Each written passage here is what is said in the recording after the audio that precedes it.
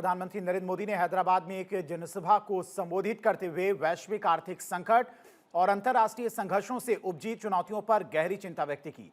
PM Modi ने कहा कि सप्लाई चेन प्रभावित होने से कई देशों में महंगाई बढ़ी है और आम लोगों पर इसका सीधा असर पड़ रहा है। पीएम मोदी ने सभी लोगों से भारत की मदद के लिए मिलकर हिस्सा लेने की अपील की है। सप्लाई चेन की इन मुश्किलों के बीच पिछले 2 महीने से हमारे पड़ोस में ही इतना बड़ा युद्ध चल रहा है। इसका असर पूरी दुनिया पर पड़ा है और भारत पर तो और भी गंभीर असर हुआ है। साथियों, भारत के पास बड़े बड़े तेल के कुएं नहीं है। हमें अपनी जरूरत का पेट्रोल, डीजल, गैस, ये सब बहुत बड़ी मात्रा में दुनिया के दूसरे देशों से, बाहर से मंगाना पड़ता है। युद्ध की वजह से पूरी दुनिया में पेट्रोल, डीजल, गैस और फर्टिलाइजर के दाम बहुत अधिक बढ़ चुके हैं, आसमान को भी पार कर गए हैं। अड़ोस पड़ोस में देशों में क्या हाल है वो तो अखबारों में आता है। भारत सरकार इस युद्ध के पिछले 2 महीनों से देशवासियों को इस संकट से बचाने के लिए लगातार प्रयास कर रही है। नागरिकों पर बोझ न पड़े, इसके लिए सरकार सारा बोझ सरकार खुद अपने कंधे पर उठा रही है। प्रधानमंत्री नरेंद्र मोदी ने कहा कि देशभक्ति केवल सीमा पर जान देने तक सीमित नहीं है, बल्कि कठिन समय में देश हित में जीवन जीना और संसाधनों की बचत करना भी देशभक्ति का ही एक रूप है।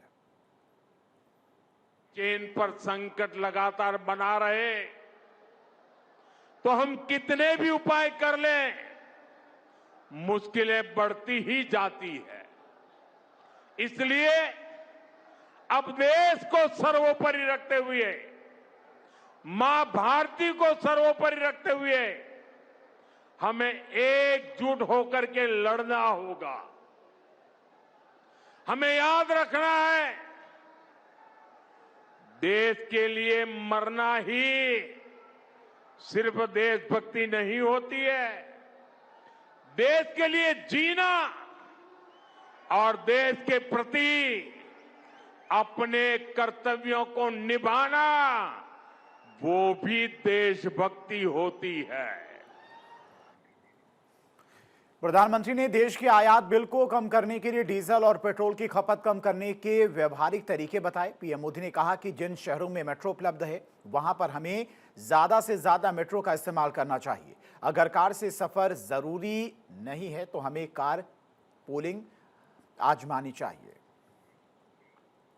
शहरों में जहां मेट्रो है वहां हम तय करें कि हम मेट्रो का ही उपयोग करेंगे, ज्यादा से ज्यादा मेट्रो में ही जाएंगे। अगर कार में ही जाना जरूरी है तो फिर कार पूल करने का प्रयास करें और भी लोगों को साथ बिठा लें। प्रधानमंत्री नरेंद्र मोदी ने खाने के तेल की खपत कम करने की सलाह दी। पीएम मोदी ने कहा कि इससे न सिर्फ देश का आयात खर्च कम होगा बल्कि लोगों की सेहत में भी सुधार होगा।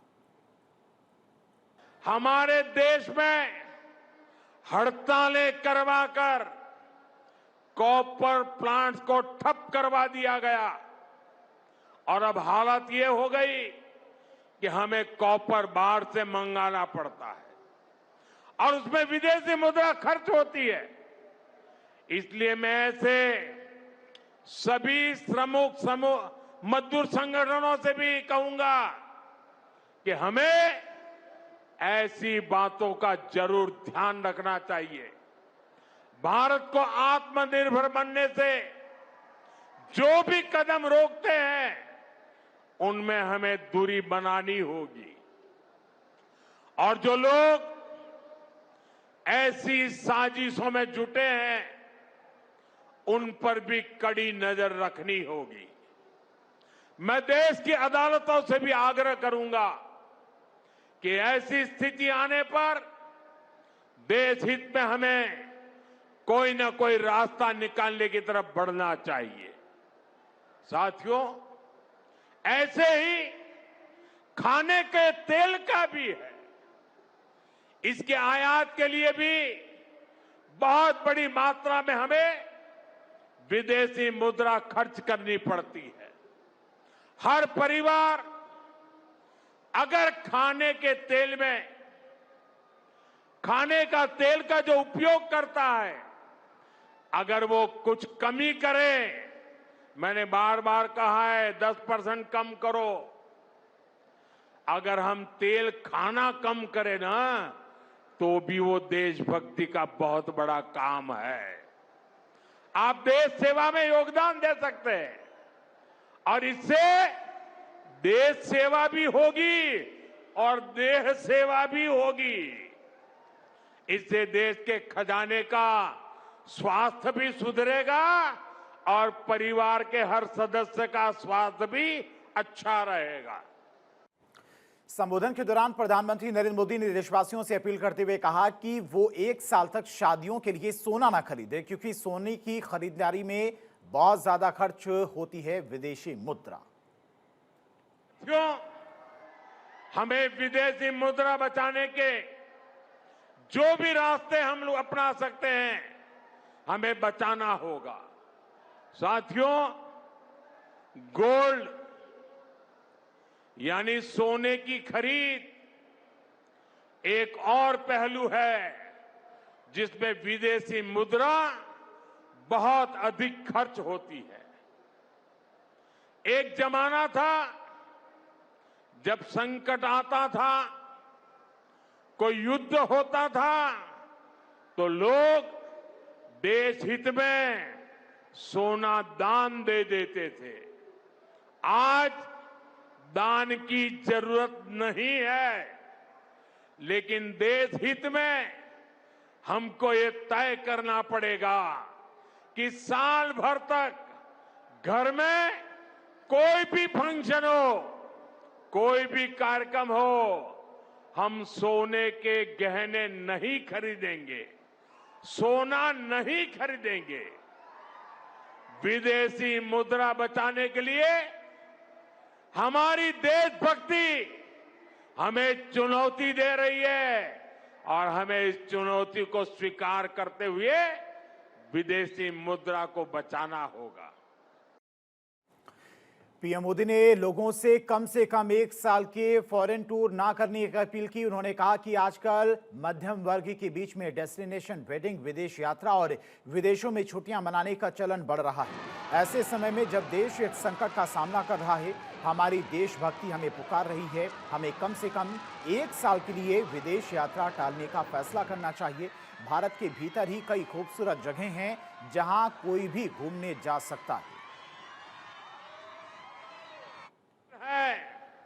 उसमें हमें विदेशी मुद्रा बचाने पर भी बहुत जोर देना होगा, क्योंकि दुनिया में पेट्रोल डीजल इतना ज्यादा महंगा हो गया है, पहले से कई गुना ज्यादा कीमतें बढ़ गई है। तो हम सबका दायित्व है कि पेट्रोल डीजल की खरीद पर जो विदेशी मुद्रा खर्च होती है, पेट्रोल डीजल बचाकर हमें वो मुद्रा भी बचानी है। इसके लिए हमारे छोटे छोटे प्रयास भी देश की बहुत मदद कर सकते हैं।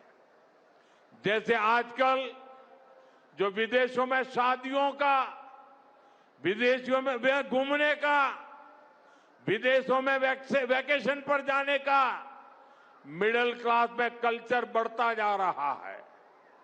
हमें तय करना होगा कि जब ये संकट का काल है और हमारी देशभक्ति हमें ललकार रही है, तो कम से कम 1 साल के लिए हमें विदेशों में जाने की बातों को टालना चाहिए। भारत में बहुत सारी जगह है, वहां हम जा सकते हैं। बहुत कुछ भारत में किया जा सकता है। मोदी ने कहा कि अगर सामान को एक जगह से दूसरी जगह ले जाना है तो हमें ज्यादा से ज्यादा रेलवे फ्रेट सेवाओं का इस्तेमाल करने की कोशिश करनी चाहिए, क्योंकि इलेक्ट्रॉनिक रेलगाड़ियों को पेट्रोल या डीजल की जरूरत नहीं होती है। जिन लोगों के पास में इलेक्ट्रिक गाड़ियां हैं उन्हें भी उनका ज्यादा से ज्यादा इस्तेमाल करने की कोशिश करनी चाहिए। अगर हमें कहीं सामान भेजना हो तो कोशिश करनी है कि वह ज्यादा से ज्यादा रेलवे गुड्स के जो ट्रेन होती है रेलवे की सर्विसेज से भेजे, ताकि इलेक्ट्रिक रेलवे होने के कारण पेट्रोल डीजल की जरूरत नहीं पड़ती है। जिन लोगों के पास इलेक्ट्रिक व्हीकल है।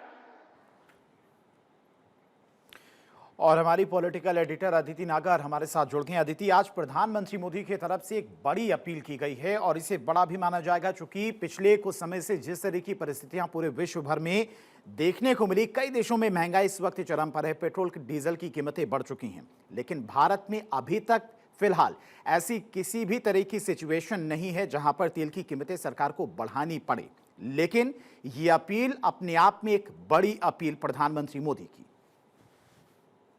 बिल्कुल, देखिए सबसे इम्पोर्टेंट बात ये है कि जिस तरह मैं उम्मीद कर रही हूँ कि आप मेरी आवाज आपको आ रही होगी। हाँ दीदी, आपकी आवाज पहुंच रही है। सबसे इम्पोर्टेंट बात ये है कि जब आपको याद होगा पिछले दिनों जब पार्लियामेंट सेशन था तो पेट्रोलियम मिनिस्ट्री के द्वारा सारी तस्वीर आपके सामने खुलकर हर दिन रखी जाती थी बतौर प्रेस कॉन्फ्रेंस, और ये कहा जाता था कि आज हालात क्या हैं, कितने टैंकर्स हम स्ट्रेट ऑफ हॉर्मुज से लेकर आ रहे हैं, कितनी आर्थिक कमी होगी, कितनी भरपाई होगी, तो जिससे देशवासियों को एक पूरी क्लैरिटी मिले। फिर आप देखिए आज प्रधानमंत्री नरेंद्र मोदी ने, आपको याद होगा कई बार 8 बजे डिमोनेटाइजेशन को लेकर कई बार उन्होंने जनता को संबोधित किया है, लेकिन आज जो हैदराबाद में उन्होंने अपने भाषण में संबोधित किया उसको भी उस लिहाज से समझना चाहिए कि उन्होंने देश के 140 करोड़ लोगों से संवाद किया, बात करी, उनको बताया, उनको वो सारे दिन याद दिलाए कि किस तरीके से जब कोरोना काल आया कैसे हम लोग वैश्विक स्थिति में हम उभर कर आए। बहुत सारी वैश्विक स्थिति, जब रशिया यूक्रेन के वॉर के बारे में जिक्र किया तब भी भारत की इकोनॉमी डगमगाई नहीं, हम हमेशा स्थिर खड़े रहे। लेकिन वेस्ट एशिया के इस हालात को लेकर क्या कुछ स्थिति है, देखिए सबसे प्रभावी लाइन जो उन्होंने कही वो कहा कि देशभक्ति की एक नई परिभाषा है। देशभक्ति सिर्फ जान देने तक सीमित नहीं है, कठिन समय में जिम्मेदारी निभाना भी सच्ची देशभक्ति है। उन्होंने कोरोना काल और उससे पहले किस तरीके से भारत चुनौतियों से लड़ता रहा, एक बात उन्होंने जिस बात का आपने भी जिक्र किया, उन्होंने याद दिलाई कि कैसे दुनिया भर में पेट्रोल के दाम आसमान छू रहे हैं लेकिन भारत में कोई तब्दीली नहीं आई है, डोमेस्टिक गैस में तब्दीली नहीं आई है। तो उन तमाम बातों का जिक्र करते हुए उन्होंने एक अपील की कि फिर भी हमें इस समय ऐसी स्थिति में एकजुट होना है। ये बात अलग है कि विपक्षी इस बात के लिए कह रहे हैं कि जैसे ही बंगाल चुनाव, 5 राज्यों के चुनाव खत्म हुए, ये बात बोली जा रही है। जैसे केसी वेणुगोपाल ने ट्वीट करके कहा कि हम एनर्जी क्राइसिस को इतने लंबे समय तक समझ नहीं पा रहे हैं। लेकिन वैश्विक चुनौती पर सामूहिक जिम्मेदारी की बात करते हुए प्रधानमंत्री ने अंतर्राष्ट्रीय संघर्षों के कारण बढ़ती महंगाई, सप्लाई चेन बाधाएं, आर्थिक अस्थिरता का जिक्र किया। इन चुनौतियों से निपटने के लिए देशवासियों से सामूहिक भागीदारी की अपील की। देशभक्ति की नई परिभाषा, देशभक्ति से जान देने तक सीमित नहीं, पेट्रोल डीजल की खपत कम करने की अपील कही, जहां संभव हो मेट्रो, जैसा आपने सुनाया भी, पब्लिक ट्रांसपोर्ट का उपयोग, जरूरत पड़ने पर कार पूलिंग, माल ढुलाई के लिए रेल मार्ग की प्राथमिकता, इलेक्ट्रिक वाहनों का ज्यादा इस्तेमाल, कोविड काल जैसी कार्यशैली अपनाने का सुझाव तक दे दिया। यानी ऐसा कहना बहुत गलत होगा, लेकिन फिर भी सॉफ्ट लॉकडाउन जैसी स्थिति की बात उन्होंने संकेतों में दी है। आने वाले समय में ऐसा हो सकता है, जिसकी बात हम पहले भी कर रहे थे, लेकिन हम लॉकडाउन का जिक्र इसलिए नहीं करेंगे, हम चाहते नहीं कि देश के वासी घबराएं।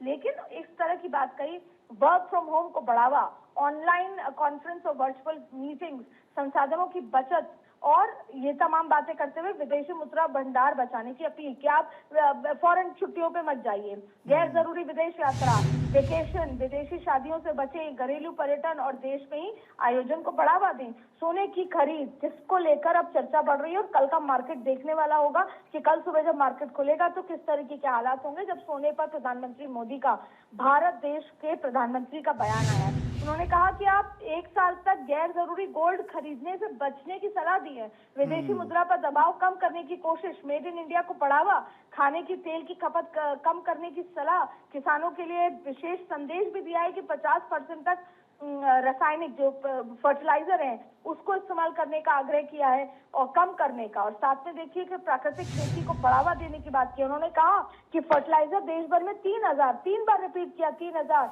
लेकिन भारत देश में 300 रुपए में बोरी मिल रही है। और साथ में देखिए कृषि से सोलर ऊर्जा को बढ़ावा। ये तमाम बातें संकेत देती है कि आने वाले समय में संभवतः हमको वर्क फ्रॉम होम करना पड़े, संभवतः हमें कुछ लॉकडाउन की प्रक्रिया को निभाना पड़े जिसे सॉफ्ट लॉकडाउन कहा जा सकता है। बिल्कुल अदिति, फिलहाल सिचुएशन अंडर कंट्रोल है, लेकिन हो सकता है कि ऐसे हालात बने कि सरकार को मजबूर होना पड़े तेल की कीमतें बढ़ाने के लिए या फिर महंगाई बढ़े, और इसीलिए प्रधानमंत्री मोदी की अपील बहुत गंभीर मानी जा रही है।